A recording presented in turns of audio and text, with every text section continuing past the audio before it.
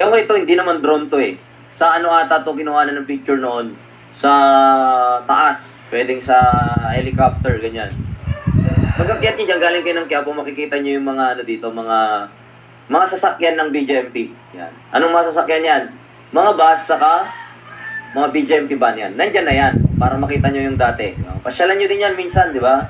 Tapos, huwag na kayo umuwi. Yan lang kayo sa loob. Joke lang, okay? Sumakay din kayo minsan ng, yung bus ng BGMP. Anong tawag sa bus ng BGMP? Kung merong Wish bus, di ba? Wish 1075, di ba? Ano naman ang tawag dyan sa dun sa bus ng BGMP? Pag pumasok ka doon, makakalabas ka 20 years na. Diba? Anong tawag doon? Wish 9165. Joke lang, ha? Baka ibang wish ba? Anong wish mo? Number 70. Failure to report to work detail without sufficient justification. Anong klaseng offenses yan? Alam nyo, meron din yan, mga idol. Sagot. Hindi ka nag-report sa work detail without sufficient justification. Anong tawag dyan? Failure to report to work detail without sufficient justification. Minor? Allowed? Siyempre, hindi allowed yan. Sagot. Anong sagot natin?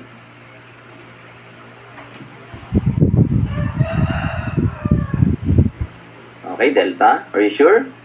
Minor offenses? Grave offenses, ang grabe, hindi mo siguro grave yan, no? Hindi ka lang nag-report sa work detail without sufficient justification, grave offense na agad. Minor offenses or less grave? Ang tamang sagot dyan ay less grave offenses. Yan yung mga punishable act sa loob ng kulungan. Halimbawa, hindi ka nagtrabaho nang walang sufficient justification, that is less grave offense. Yan, less grave offense yan. Okay, pag-usapan natin yung mga yan. Pag-usapan natin yung mga punishable actions. Yan. Saan makikita yung mga pinagsasabi mong yan? BGMP Comprehensive Operation Manual Revised 2015. So, hanapin nyo to, ha? Yan. The following are the punishable acts in BGMP. So, ito yung mga punishable acts sa BGMP. Number 1, minor offenses. Okay na yung mga minor offenses. Number 1, selling or bartering with fellow inmate those items not classified as contraband. Nagbebenta ka or nakikipagpalitan ka ng produkto sa loob ng kulungan na hindi naman contraband. Halimbawa, nakipagpalitan ka ng damit, nakipagpalitan ka ng sapatos, nakipagpalitan ka ng kung ano-ano, gamit, mga ganyan. So, that is minor offense lang. Number 2, rendering personal services to fellow inmate. Grabe naman, no? Pinaglilungkuran mo yung kapwa mo inmate, minamassage mo siya, ano pa ba? Ilalaba mo yung damit niya, di ba? Nilulutuan mo siya, naglalaba ka para sa kanya, yon. That's rendering services. Bawal yun, ha? Minor yun. Untidy or dirty personal appearance. Grabe. Hindi ka man lang ayusin yung mukha mo, di ba? Napakadugyot mo tingnan. Dirty appearance. Sasalamu ka sa ibang tao pero hindi ka naliligo, di ba? Minor offense yun. Grabe naman, no? Littering and failing to maintain cleanliness. Yun. Hindi ka na nga naglilinis. Ikaw pa nagkakalat. Making frivolous and groundless complaint. Mareklamo ka, di ba? Reklamo kang kupal ka. Puro ka reklamo, wala ka namang ginagawa. Diba? Hindi ka nga sumusunod sa mga rules ng kulungan. Tapos ikaw pa yung gagawa-gawa ka ng mga reklamo wala namang kapuluhan. Taking the cudgels or reporting complaint in behalf of other inmates. Yan, pasipsip ka. Ikaw yung report ng mga complaint. Hindi naman dapat ganon, di ba? Another one, reporting late information or inmate head count. Yan. Kapag ka may counting, dapat nandun kayo lahat. Pagka na-late ka doon, minor offense yun. Puro mga makikita nyo naman ito, mga minor lang. Hindi naman kailangan i-memorize, mga mababaw lang. Willful waste of food. Sayang naman yung meal allowance mo, di ba? Sasayangin mo lang yung, sasayangin mo lang yung steak, di ba? Sasayangin mo lang yung buttered shrimp, di ba? Nuts naman. Sasayangin mo lang yung pasta. Sasayangin mo lang yung dessert. Willful waste of food, di ba? Swerte na naman, no? Steak, di ba? Tapos, lakas naman, may ice cream pa. Yung ice cream pa, Magnum. Wow. Tapos, ang coffee ay Starbucks, sana all, di ba? Yan ba mga pagkain sa kulungan? Yun ba yun? Hindi, di ba? Hindi, sabay bawi, no? Less grave offenses. Magkano bang meal allowance ng preso sa kulungan? Sige. Anong meal allowance? Anyone? 70.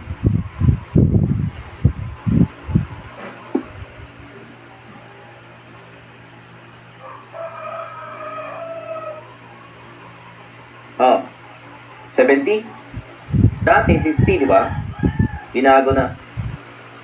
Yes, 70 pesos per day yung latest. Malaki, no? Malaki ba? Malaki. Oh, paano mo i-divide yun? 70 divided by 3, di ba? Magkano na yun? Pero ano? Pero marami kasi, kaya okay lang. Malaki na yun. O, ano nang maluluto nun? Tinola, ganun, di ba? Fish fillet, wow. Ang saya, di ba? Tapos sasayangin mo lang, no? Awit ka, boss. Sayang naman 70 pesos. Buti ka pa may pagkain. Kaya kung wala na kayong pangkain, pumasok na tayo dyan para, ano, meron tayong meal allowance. Joke lang. Okay, less grave offenses. Upo na may sardinas daw. Okay, sige. Gulay, o yan. Totoo. Talong, tortang talong, ginisang talong, adobong talong. Yan. Failure to report to work detail without sufficient justification. Yan ang una. Less grave yan. Failure to render assistance to an injured personnel. Okay, hindi ka nag-assist sa isang injured personnel. Ito, failure. Puro failure. Yan, ano yan? Less grave. Failure to assist in putting out fire inside the jail. May sunog sa jail, hindi ka nagpumulong para maapula yung sunog. Ano yan? Less grave. Behaving improperly and boisterously during religious activities. O yan. O, pasaway ka during recreational activities, di ba? Maingay ka, di ba? Gumagawa ka ng eksena, yan. Swearing or cursing or using profane, defamatory language directed at another person. Kupal ka ba, boss? Minura-mura mo yung mga, ano, di ba? Minura-mura mo yung mga kapwa mo preso, pati yung mga personnel. Di ba? Oh, bawal yun. That is a less grave offense. Malingering. Alam niyo yung malingering? Ito yung, ano, sakit-sakitan, di ba? Inutusan kang, ano, may trabaho ka, tapos pretending to be sick ka, di ba? Sakit-sakitan. Malingering tawag doon. Ito yung taong pretending na may sakit kahit hindi naman, ayaw niya lang magtrabaho. Malingering. Spreading rumors. Spreading rumors.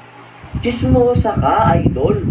Asa kayong tinichismis mo, nakakasira sa honor ng isang tao, particularly BJMP personnel. Ikaw ba nagkakalat yun? Uy, alam niyo si Warden sa si Ma'am Ana? Lumabas sila kahapon, sumakay dun sa Toyota Hilux si Ma'am.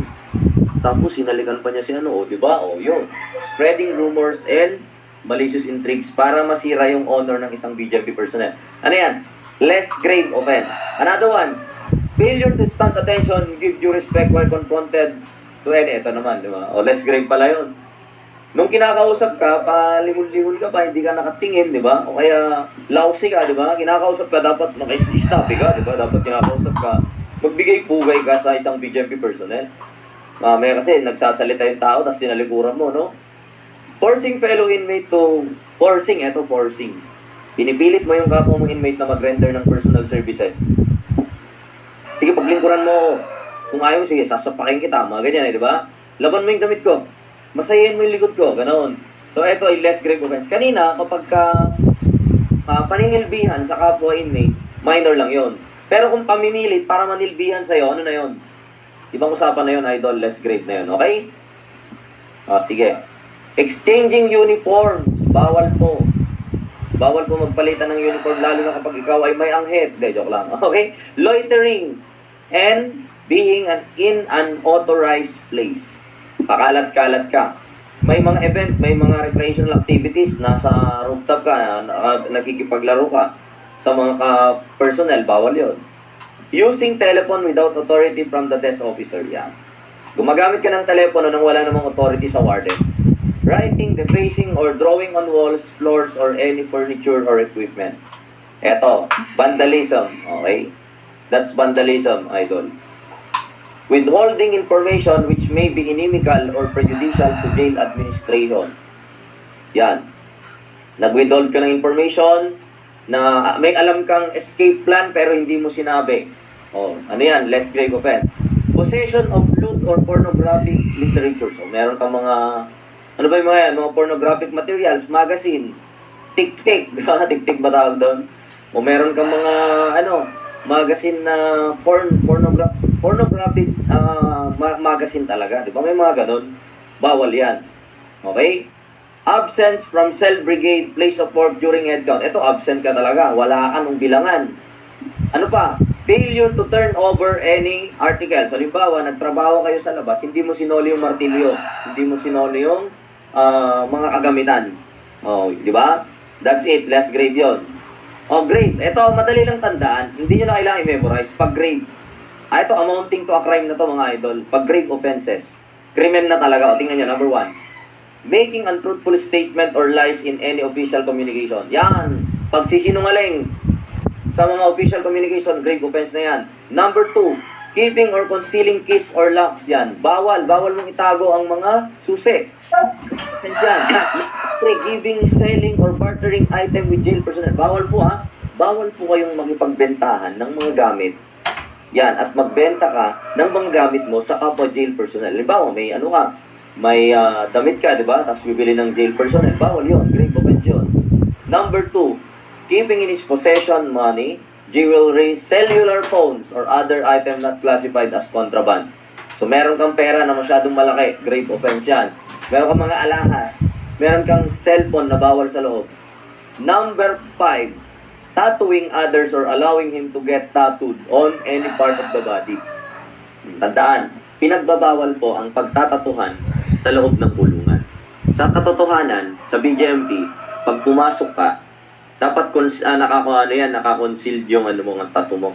Hindi mo dapat pineflex yan. Halimbawa, may tattoo ka kasi may kinabibilangan kang organization or fraternity, di ba? Proud na proud ka na member ka ng Chinese Triad, di ba? Pinapakita ko pa yung tattoo mo, di ba? Yun, bawal din.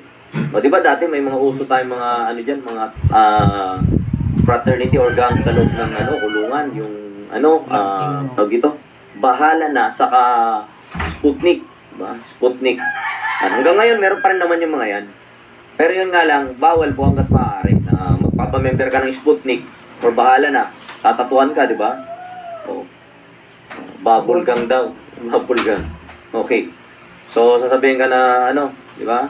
Anong gang mo? Bahala na gang. Bahala. Pakialam ko sa'yo, di ba? Buray mo yan. Ikaw gusto mo bang magpa-member ng bahala na, sir? Para maging, maging astig ka, mga ganyan, di ba? No. Hindi na pinabubura, pero dapat tinatago, hindi siya pineflex. Dapat hindi siya pineflex, mga ganyan. Kupal ka ba, boss? Mga ganun eh. Wala kong pakialam dyan kung anong gang mo, yung bahala na or Sputnik, di ba? Basta mahalaga, sa kulungan, huwag kang gagawa ng kung anumang kalokohan at huwag mong gagawing reason yung pagiging bahala mo. Bahala na, diba? Mga gang, mga ganon, mga ano daw? Sige-sige gang, diba? Bagang. Ang daming may tattoo, sir, paglabas eh. Diba? Ngayon nga eh. Bawal dapat yan, pero pasikreto nilang ginagawa eh. Pasikreto nilang ginagawa yung mga pagtatato. Doon kasi nila pinapakita maangas yung mga preso eh. Okay lang naman magpatato ka sa labas, pero pag sa loob, tapos paglabas mo, no? Para matunay na meron kang subculture, nagpatato ka ba sa loob? Tinatato mo ba yung, organization mo sa loob? Yan, bahala na, no? Pero hanggang ngayon, existing pa rin yan. Yung mga fraternities na yan, yung sa loob, mga grupo-grupo, meron pa rin. Lalo na sa Bilibid. Sa Bilibid. Totoo yan. Okay. Forcibly taking or extorting money from fellow inmate or visitors. Grabe ka naman. Nangungutong ka sa kapwa mo preso at sa kapwa sa visitor niya. That is grave offense. Bakit ka nangungutong? Diba? Mga inold up mo, diba? Punishing or inflicting injury or any harm upon himself or other inmate. Nananakit ka ng kapwa mo inmate, nananapak ka, diba? That's grave offense. Di ba krimen na yon? Yun. Receiving, taking, or drinking liquor or prohibited drugs. Yan. Grave offense yan. Making, improvising, or keeping any kind of deadly weapon. Halimbawa, yung mga improvised deadly weapon. Grave offense na po yan, mga idol. Grave offense. Concealing or withholding information on plans of attempted escape.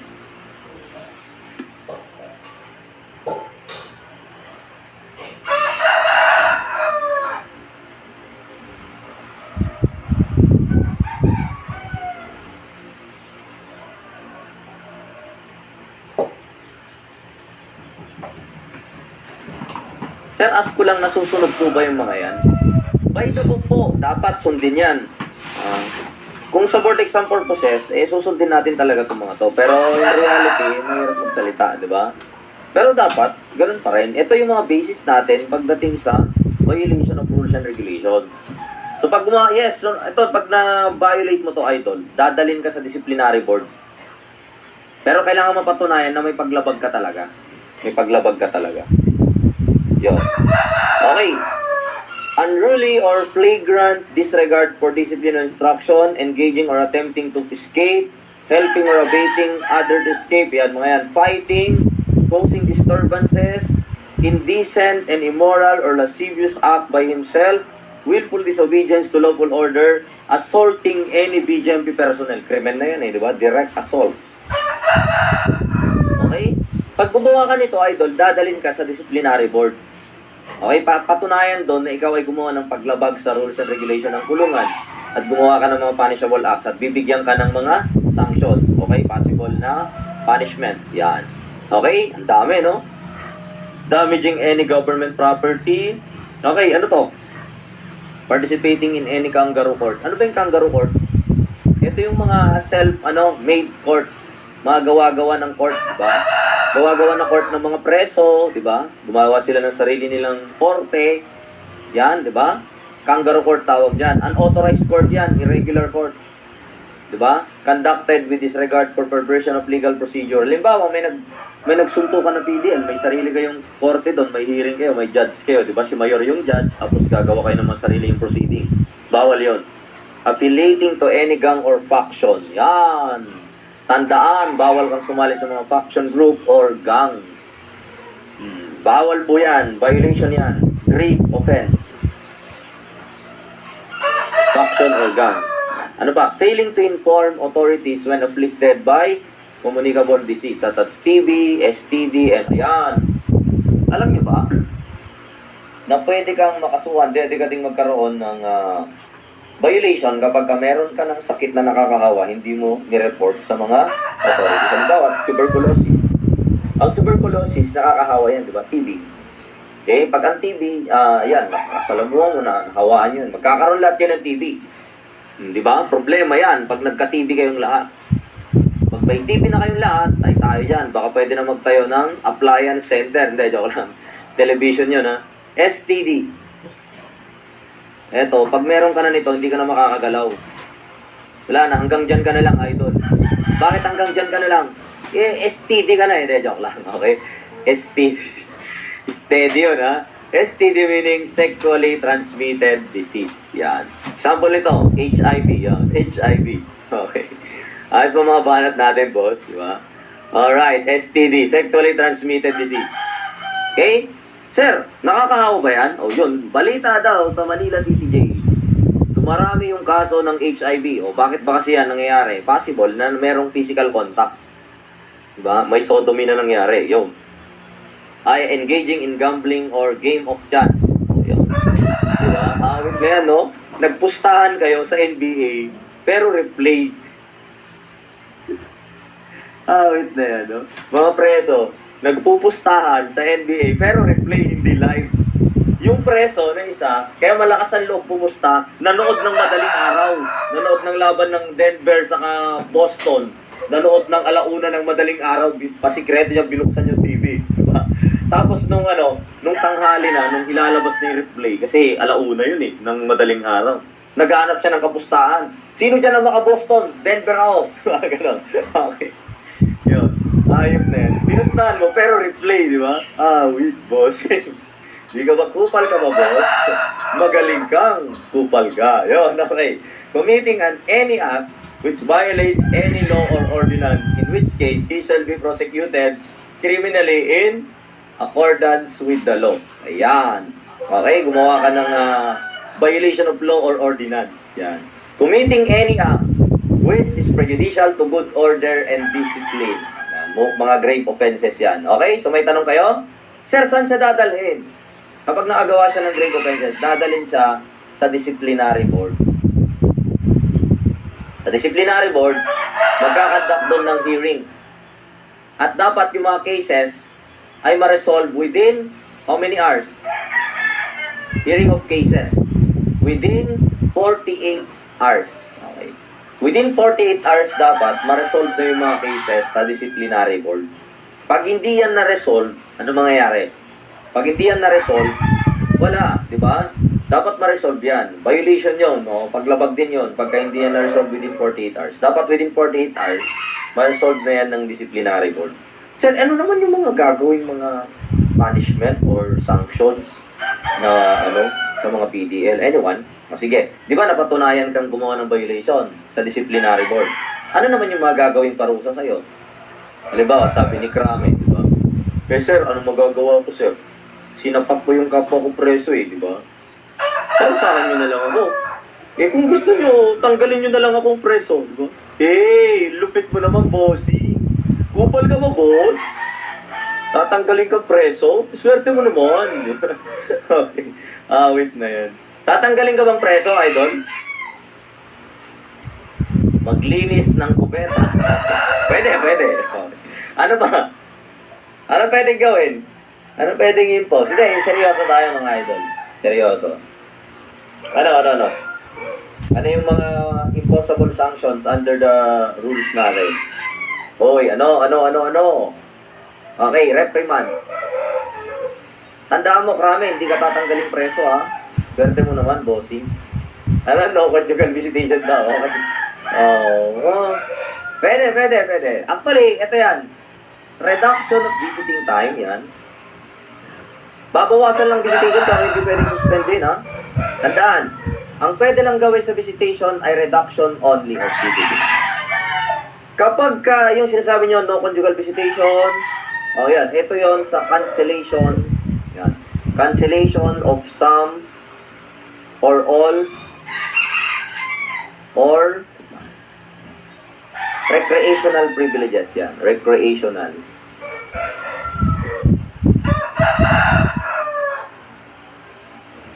Reprimand. Okay, reprimand. Papagalitan ka. Number 2, reduction of visiting time. Number 3, cancellation of some or all recreational privileges. Tandaan, ha? Tandaan.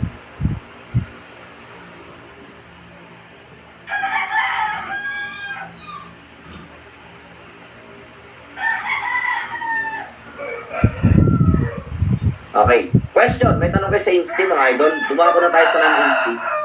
Ito lang siguro muna ngayon, baka hanggang 80 tayo, tapos bukas, yung the rest. Okay, sige. May tanong kayo? Sige, proceed tayo. Number 41. Disposition under which a defendant after conviction and sentence is released subject to the condition imposed by the court and the supervision of probation officer. Ayan na, oh.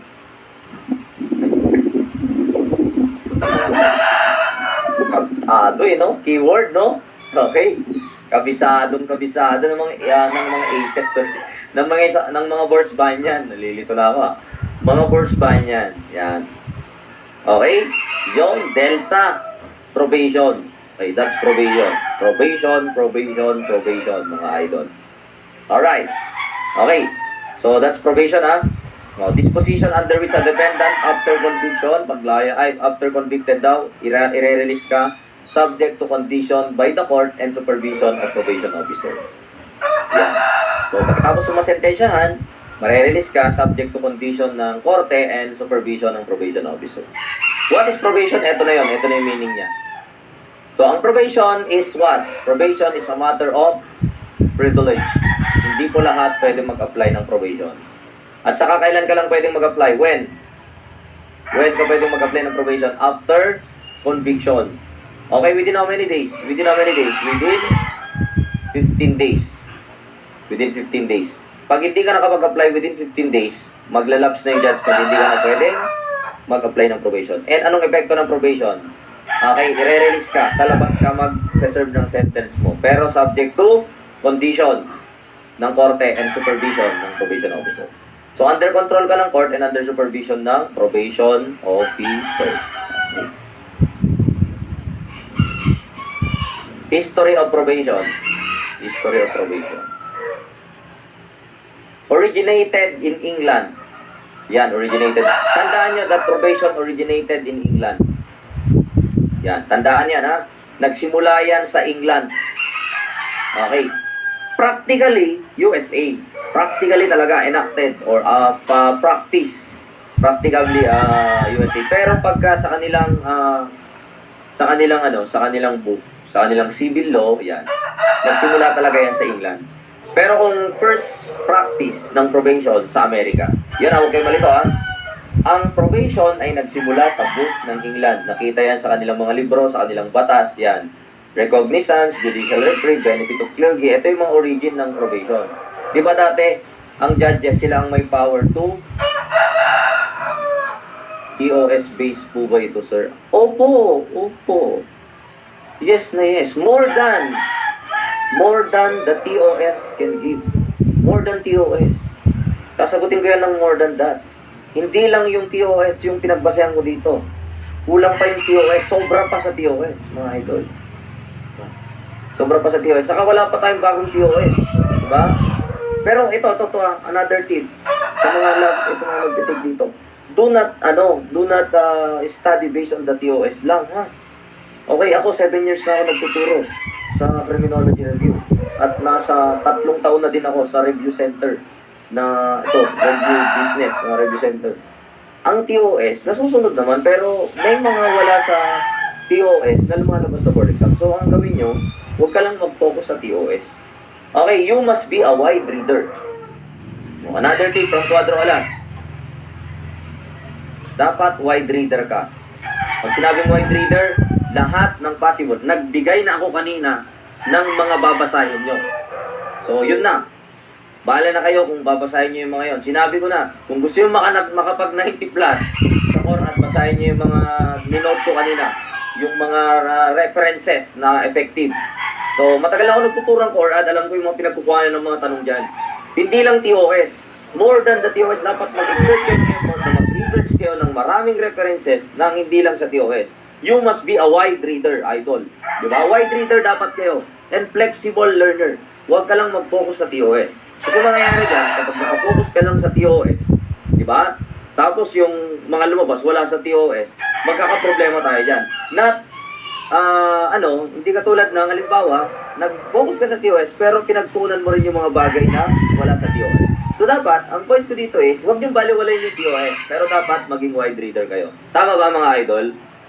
Sang-ayon ba kayo? Okay, pero choice nyo pa rin yan, ha? Pero sinasabi ko sa inyo, based on my experience, na yung tips to, you must be a wide reader. Malawak ka dapat mag-aral, hindi lang selective. Okay? Alright? Ito para sa inyo to, mga bossing. Yes, sir. Okay? Sa Google po, sinabi ko na yung kanina. Yung mga yun. References, di ba? Wala ba kayong notes?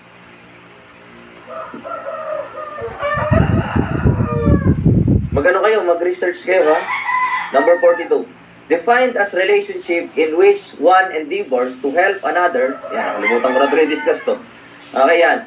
Massachusetts, Edward Savage, and Matthew Davenport.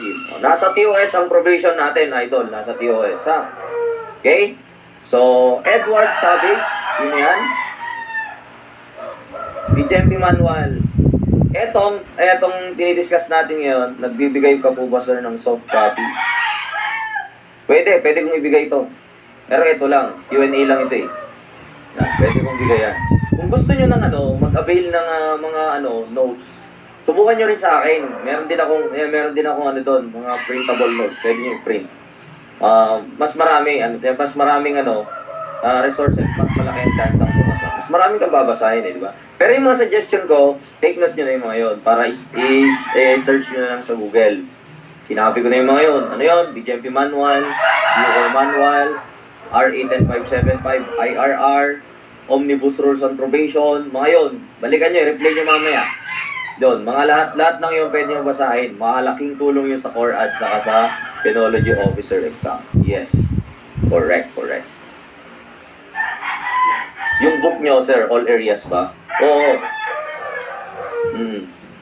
Yan nakalista na yan. Yan, thank you so much. Thank you. Nilista na ni Yani, yung mga sinulat ko kanina. Yan yung mga babasahin nyo, mga idol. Yan yung i-research nyo. Nasa yan? Nasa Google lahat yan. Diba? Siyempre, i-research nyo na lang. May data naman kayo, mga idol, diba? Okay. Magkano yung book nyo, sir? Yung book ko, 499 pesos lang. Available sa Shopee. Pero Q&A yun, Q&A.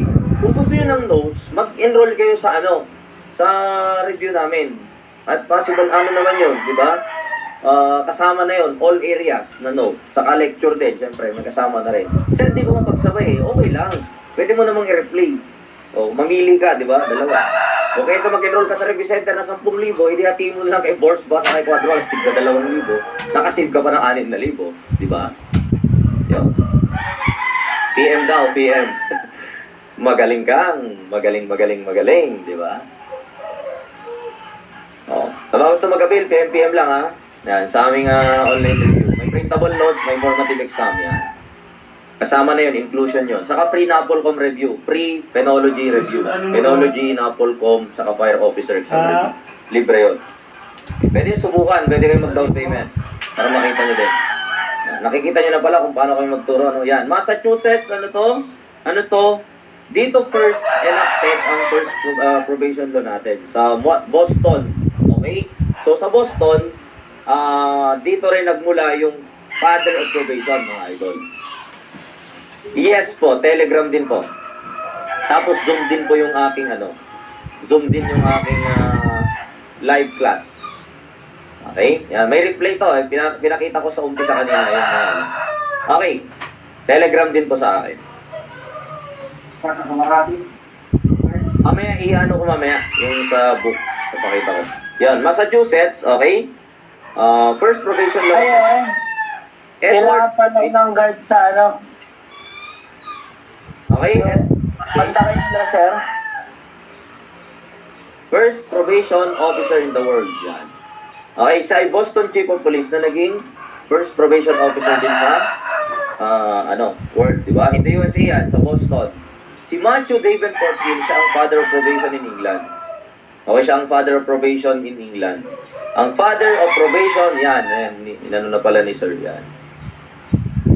So, anak ni Daddy Force ba? Salamat, ha. Yan, okay. I-PM nyo yung page. Yan, pwede kayo mag-PM. Pwede namang kung wala kayong Shopee, pwede namang direct order. Gagawa na lang pala ako bukas ng, bukas na lang, ganito na lang. Total, magkarami kayong gustong bumili ng libro na yan.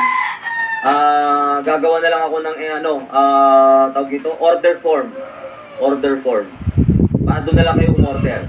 Yan, order form. Pipilapan nyo na lang yon. I-attach nyo na lang din yung mga kailangan na address nyo, gano'n. Google document. Ano ba yun? Yes. Basta pagawa ko sa aking staff. Pagawa ko mamaya. Pagawa ko ng order form. Para mas madali. Baka mahirapan pa kayo dyan. Baka iba pa mabilhan nyo, di ba? Baka imbes na blue, yung red yung mabili nyo. Hindi, joke lang. Okay? Sir, isang libro, sir, all areas. Isang libro, all areas na. Kaso Q&A yun, idol. Q&A lang.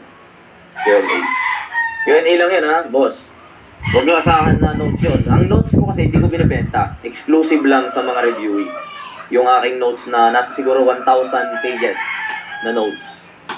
Pang pang soft copy. Kayo magpiprint lahat ng areas. May notes ako. Blue ha, blue. Yan. Blue ha, alam yung kulay ha. Mamaligay ng kulay. Joke lang. Okay, father of probation.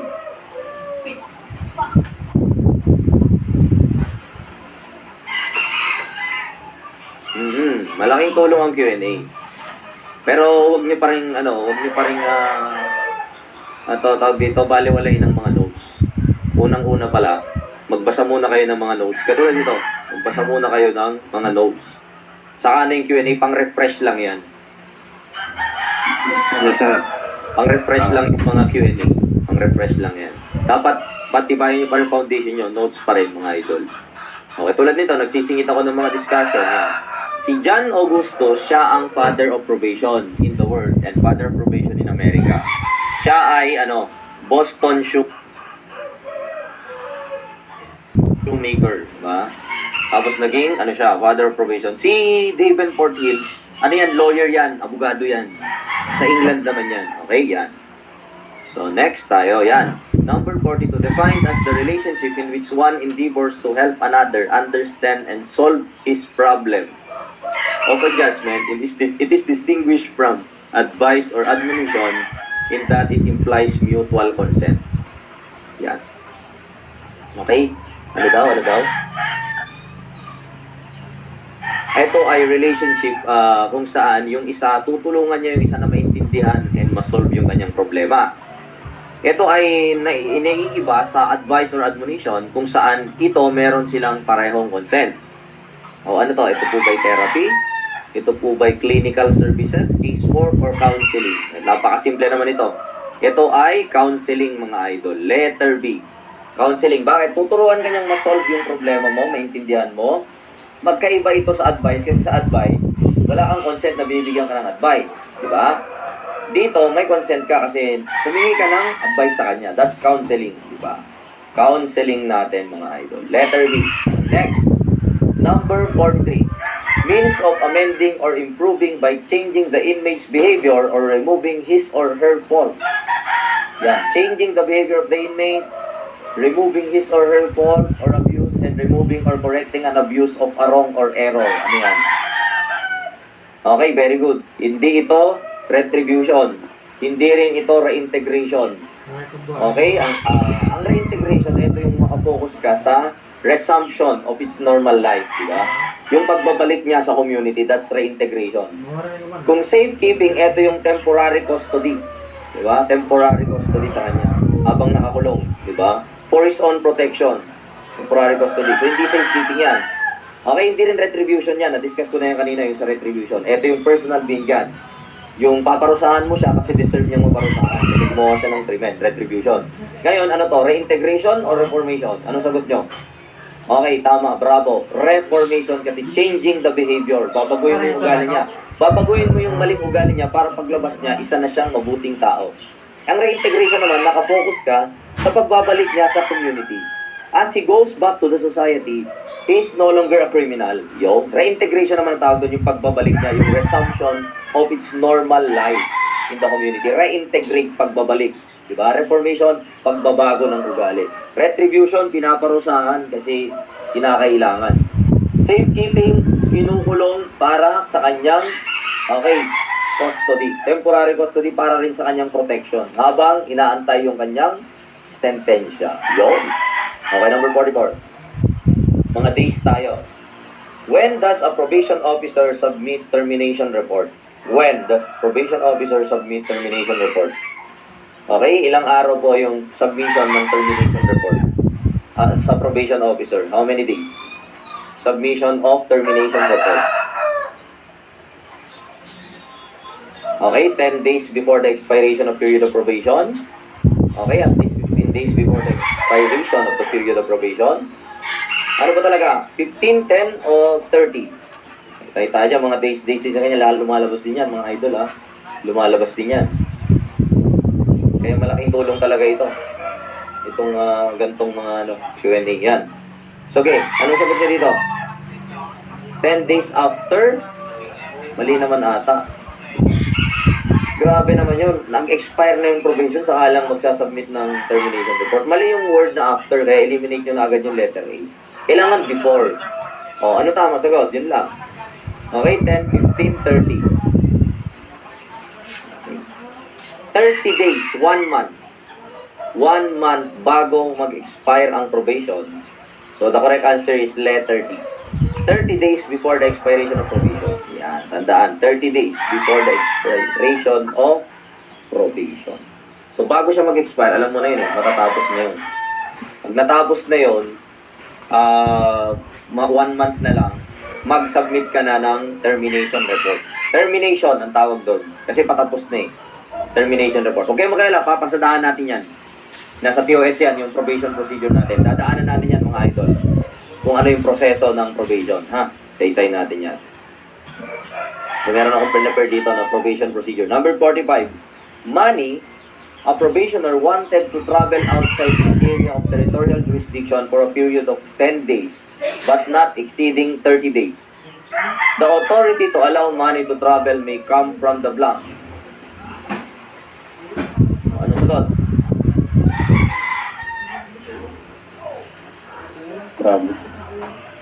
Manning, a probationer wanted to travel outside the territorial jurisdiction for a period of 10 but not exceeding 30. So 10 to 30 days. Travel travel. Who will allow the travel of Manning? Probationer, probation. Pag 10 to 30, okay, very good. Probation officer. Patay tayo dyan, mga idol. Probation officer. 10 to 30, di ba? Pag more than 30, more than 30 days, trial court judge. Lang, ha? Malito, ha? Napakalaga yan. Sir, bakit ganyan? O yan, approval ng travel. Okay, pagka hindi lalampas ng 30 days, yan ang tatandaan nyo dyan. Probation officer. Pag up to 30, approval ng CPPO, ng Chief Probation Officer. Pagka 30, saktong 30, halimbawa 30 days siya, no? Dapat aprobado doon ni Chief Probation Officer. Pero pag more than 30 days, ano na yan? Trial court judge na po yan. Nakuha? Ulitin ko, pag 10 to 30 or hindi siya lalampas ng 30, laging probation officer yan. Pero, kung more than 30, ayan na, more than 30 ay trial court judge na. By the way, pag 30 talaga siya, pag up to 30, kailangan mo din mag-written request kay CPPO. Pero still, probation officer pa rin naman yung mag-approve. Pag more than 30, that's the time na judge na. Sa probation sa probation. Paano sir, pag parole? Pag parole, iba naman. Okay. Sa parole, pag 1 to 30 days, yan, basta hindi ilalampas ng 30 days, probation officer pa rin, PO. Parole to pag parole. Pag more than 30, anyone, pag parole, pag more than 30 sa parole ay, RD, Regional Director. Sa parole, huwag kayong malito, ha. Yun ang pagkakaiba. Okay? Yun ang pagkakaiba. Kasi ang probation ay, under court, control, judicial function yan. Ang parole ay executive administrative function. Under Board of Pardons and Parole. Unlike probation, that is a judicial function. Okay, judicial function yan, mga idol. Korte po yung nag-a-approve niyan, lahat-lahat, di ba? Sa parole kasi, executive administrative function. Pag more than 30 days RD. Sir, anong RD? RD ng Board of Pardons and Parole. Okay? How about outside the country, sir? What do you mean? Yung probationer or yung parole?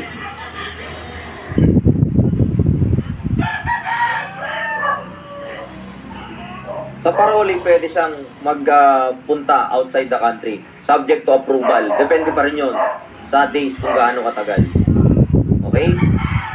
So, kung more than 30, sa probation, 40 pa rin. Diba? Pero pagka ganun pa rin, same lang naman. Same lang. Diba? Same lang. At saka dapat, hindi tatagal yung travel niya. Diba? Hindi yung more than 60, diba? Pagka, more than 3 months, ganyan, di ba? Ano na yun? Courtesy supervision na tawag doon. More than 3 months. Okay, number 46. Who shall assess and recommend the appropriate treatment and supervision program upon applicant if granted probation? Eto mga idol, lumalabas. Nako, hindi naman sa pag-aano, pero tanungin nyo na lang yung mga naunang board by niyan na nakapanood ng mga videos ko. Itong questionnaire ko ng CORAD, marami lumalabas yun sa board exam, gayang-gaya. Talagang kapare-pareho. Itong 200 na pinapare ko na to. So, aral-aralin nyo ito paulit-ulit.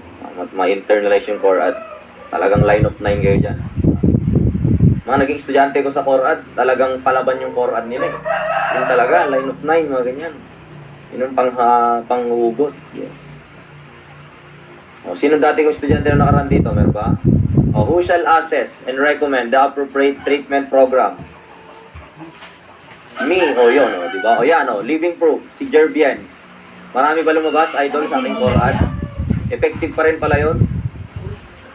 Yung pinagyayabang kong CORAD na questionnaire ko, eto, 200 to. 60% to lumalabas sa board lagi. 60%. Hindi ko pinagyayabang yan kung hindi totoo. Tanungin niyo yung mga nag-review. Yan, may nag-chat, sabi niya totoo daw. So yan, boss. Tagal ko nang pinag-aralan ng CORAD. Alam ko na pasigot-sigot niyan. Pati CLJ din. Ayan. Yung CLJ ko naman, yan, siguro mga 80%. 70 to 80%. Kaya natin i-predict yan. Okay? Kung sabi ng kabila, kaya nila. Kaya ko din. Meron din akong Q&A. Di ba? Kung meron sila, baka nga inopyo nila sa akin yun eh. Okay, who shall assess and recommend appropriate treatment supervision? Kaya ginamit ko sa inyo to, itong mga nalabas sa board. Sino magre-recommend? Kung sabi ng kabila, kaya nila. Kaya ko din. Meron din akong Q&A. Di ba? Kung meron sila, baka nga inopyo nila sa akin yun eh. Joke lang. Okay, who shall assess and recommend appropriate treatment supervision? Kaya ginamit ko sa inyo to, itong mga nalabas sa board. Sino magre-recommend and mag-a-assess ng treatment supervision program para sa applicant if granted ng probation? Oh, ano? Ano daw? Alpha Kokak, nagsasalita ka? Ano po? Who will recommend the appropriate? Yes po, Ali, all areas. Gagawa ko ng order form na lang para madali kayo. Para aswan ng mga bourse ban yan. Sa mga libro. Sa libro. Sa book. Okay, who shall assess and recommend the appropriate treatment program? Yan. Upon the applicant if granted probation, who shall assess? Sino mag-a-assess at magre-recommend? Sino po? Sa program na kailangan para sa probation, yun po bang supervising probation officer? The trial court? O yan, ito ang layo naman ito. Anong pakialam naman ng prosecuting officer dyan? Ang layo ng letter B. Letter D pala, prosecutor. Anong pakialam ng prosecutor dyan? Sinong mag-a-assess at magre-recommenda kung anong treatment ang para sa probationer? Yun bang supervising? Actually, kasama talaga dyan yung chief probation officer. Pero sino dapat? Yung kasama niya, or. Di ba? Or di ba? The trial court? Trial court ba? Tingin niyo mga idol. Si trial court ba ang magre-recommend ng treatment and supervision? Hindi. Wala namang pakialam si korte dyan eh. Ang kay korte lang, control. Control lang. Pero pag usapang supervision, kanino yan? PPA yan. Pag usapang supervision, PPA. Supervision yan. Okay, malito ha. Sa probation, ang may control, korte. Court. Pero pag usapang supervision, PPA, Parole and Probation Administration. Okay. So, sino ang magre-recommend kung anong program ang gagamitin doon sa probationer? Ito na lang. Mamili na lang kayo. A or B? Okay. Sino sa kanila? Si investigating or supervising? Hindi pa nga, wala pa nga siyang supervision eh. So, hindi pwedeng letter A yan. Bakit si supervising probation officer? Hindi pa nga siya under supervision. Ire-recomendahan mo pa lang kung anong klaseng supervision. Ang tamang sagot, bravo. Si investigating. Yung nag-conduct ng PSI. Diba? Post-sentence investigation. Ganto, diba? Pagtapos ng PSI, sino ba nag-conduct ng PSI? Si investigating probation officer. Siya ang nakakaalam kung anong tamang supervision program ang ibibigay para sa probationer. Hindi si supervising probation officer. Mali yung letter A kasi hindi pa naman siya under supervision, mga idol.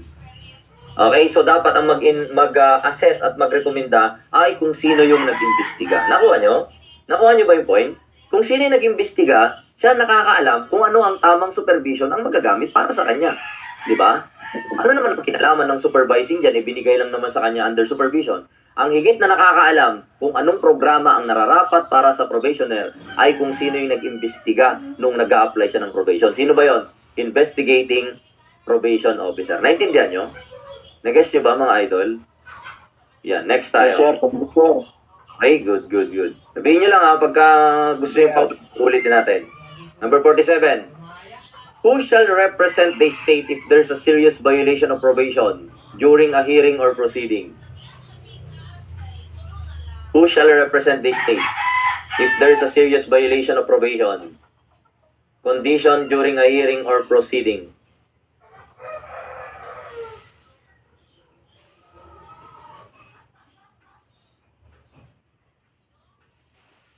Who shall represent? Okay, sino magre-represent po? Sa state, if there's a serious violation of probation conditions. May paglabag, serious violation of probation conditions. Yan. During a hearing or proceeding. Okay, ano yan? Chief State Prosecutor, Judge. Okay, who shall represent the state. Halimbawa, no, yung probationer, sobrang grabe yung ginawa niyang violation. Serious violation ng kanyang probation. Sino magre-represent sa state niyan? Usually, sino ba nagre-represent ng state? Alangan namang judge, di ba? Hindi. O, di ba? Hindi judge. Okay. Pagkakaso yan, hindi magre-represent si judge. Si judge ang magse-settle, hindi siya ang mag-a-appear at magre-represent. Bravo. Okay. Hindi rin yan Secretary of Justice. O, yan. O. Dalawa na lang pagpipilian nyo. Chief Prosecutor or Prosecuting Officer. Bravo. Nasa sa Omnibus Rules on Probation. Lahat ng dinidiscuss ko ngayon sa inyo, mababasa nyo sa Omnibus Rules on Probation. Isa yan sa pinagkukuhanan ng tanong sa Core Ad 2. Omnibus Rules on Probation. Kaya mamaya hanapin yung PDF niya, pasadahan niyo yan. Okay, yan. So, tandaan, walang pakialam si judge sa paglabag sa violation. Siya lang ang mag-impose ng judgment. Pero pagdating sa representing the state, fiscal po yan ang may trabaho. Di ba nga, pagka may kaso sa korte, di ba, dalawa yung appearances. Tatanong si judge, appearances, oh. Sabi ng prosecution, appearing, representing the state, your honor. Sabi naman ng defense, representing the accused, your honor. Di ba? So, ganun lang. Same lang din naman sa criminal case. Pag may serious violation, kung sino yung nag-prosecute, siya pa rin po yung mag-a-appear para sa state. Prosecuting officer. Okay? Yan, ha? Next tayo. 48. Which of the following is false when it comes to GCTA? False. Alin po ang hindi tama pagdating sa GCTA? Which of the following is false when it comes to GCTA? False. Okay, tingnan natin. O, sige, analyze niyo muna. Number 1, letter A, an inmate sentenced to life imprisonment shall not be granted while his sentence is on appeal. Okay. True naman yan, di ba? True naman ito. So, hindi ito ang tamang sagot kasi ang tinatanong false. Kapag nasentensya ka ng life imprisonment, hindi ka pwedeng mabigyan ng GCTA kapag yung kaso mo ay nasa appeal. Okay, letter C. GCTA once granted shall not be revoked without just cause. True ba yan? True din yan. Pag nabigyan ka na ng GCTA, ano na yon? Hindi na siya pwedeng i-revoke nang walang, kumbaga, listen, ang probation, yan naman, makinig kayo, maraming nalilito dito. Ang probation at iba pang mga privileges, once granted, magiging right yan. Ang probation, kapag sa una, privilege pa lang siya. Pero once granted, magiging right na yan. Mare-revoke na lang siya kapag may cause. Nagas nyo? Ganon din ang GCTA. Ang GCTA, Good Conduct Time Allowance, privilege lang siya sa una. Pero once na binigay na sa'yo, magiging right mo na yon. At mare-revoke na lang yon kapag may sapat na dahilan. Halimbawa, may paglabag ka ng ginawa, may gumawa ka ng violation sa rules and regulation ng kulungan, yan. Serious violation, major violation, mga ganyan. Okay, letter D. GCTA, which an inmate is deprived due to his misconduct may be restored at the discretion of the director upon recommendation of the superintendent. Okay, ito ba true din? Kapag ang GCTA kung saan yung inmate ay na-deprive ng GCTA dahil sa kanyang ginawang pagkakamali ay pwedeng i-restore ng director. True ito, true. Yun. Okay, so anong tamang sagot? Very good si John Miller. Ang tamang sagot ay prison superintendent can grant GCTA. Patay tayo dyan. Bakit nagkaganyan? Letter B po ang tamang sagot, ha? Naidamay pa sa highlight si letter C. Letter B po ang tamang sagot. Wala pong power ang prison superintendent to grant GCTA. Sino yung mga granting authority ng GCTA? Sino yung mga granting authority, mga idol? Sa GCTA. Sino lang po? False yan, ha? False. Okay, number 1, director. Director of Bucor. Sino pa po? Sino pa po? Chief, BJ, MP. Ano pa po? Warden. Yang tatlo na lang Yang tatlo lang na yan ang may power to grant GCTA. Tandaan nyo, ha? Yang tatlo lang na yan. Ang granting authority sa GCTA ay Director of the Bucor,